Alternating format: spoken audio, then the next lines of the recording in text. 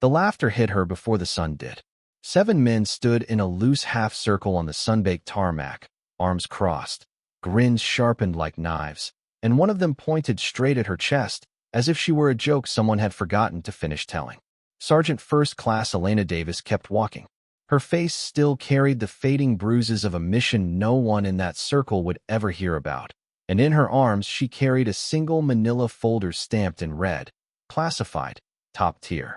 She didn't stop. She didn't flinch. But something in her chest tightened, the old familiar ache of being seen and somehow, still, not seen at all. Before I tell you what happened next, tell me in the comments where you're watching from. I love knowing who's listening. The bass had a rhythm to it, the kind soldiers learn to feel in their bones. Boots on gravel, distant engines turning over, the flag snapping lazily against a pale blue sky. Elena had walked this exact stretch of pavement 100 times.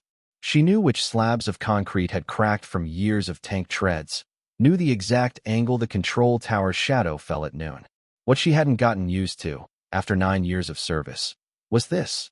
The way certain men still looked at her rank like it was a costume, not an earned thing stitched into fabric with blood and sacrifice. She had returned 3 days ago from an operation so sensitive that even the colonel briefing her superiors used code names instead of places. Her arm still throbbed beneath her sleeve. Her sleep still broke at 3 a.m., soaked in sweat, her hand instinctively reaching for a rifle that wasn't there. But none of that mattered to the men laughing behind her now. To them, she was simply the woman who hadn't saluted fast enough, or smiled wide enough, or performed the version of soldier they decided was acceptable.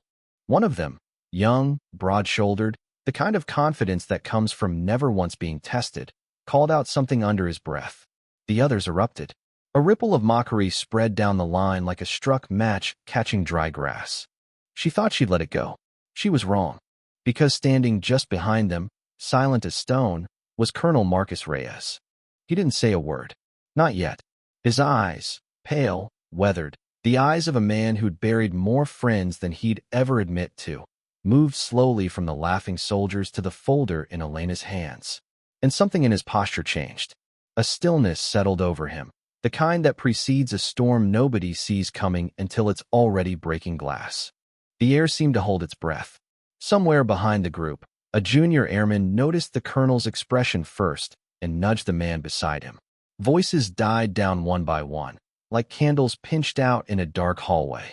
The laughter that had filled the yard moments before evaporated into an uneasy hush, punctuated only by the flag whipping overhead and the low mechanical hum of a hangar door opening somewhere in the distance. Elena felt the folder's edge press into her palm.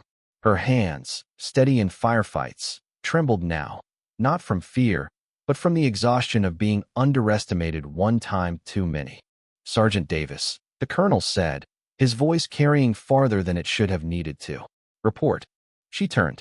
For a moment, the men who had mocked her stood frozen, suddenly aware they were no longer the ones in control of the story.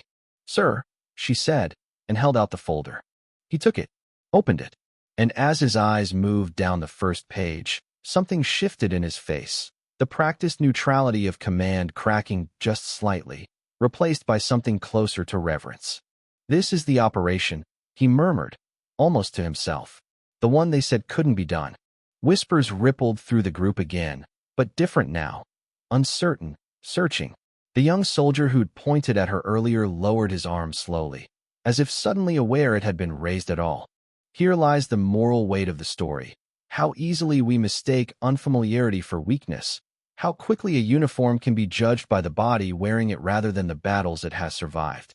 Nobody in that circle had asked what put those bruises on her face.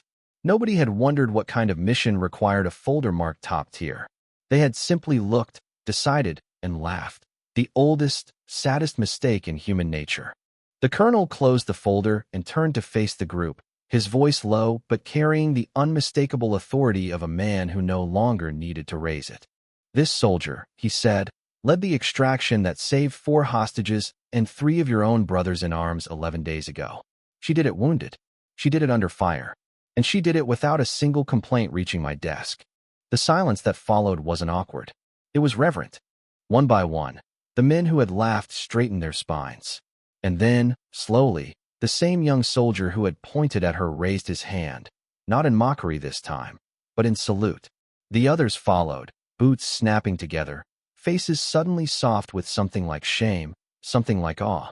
Elena returned the salute, her throat tight, her bruised cheek catching the sunlight. Because respect earned in silence outweighs applause given too easily, and dignity, once tested by fire, needs no one's permission to stand tall. That's the truth this story carries. Judgment is loud, but character is quiet, and quiet always wins in the end. She walked away from that circle a little lighter than she'd walked into it, the folder now empty in her hands, its weight transferred instead into the eyes of every man who would never again mistake her scars for weakness. If this story moved you, tell me, have you ever been underestimated by people who had no idea what you'd survived?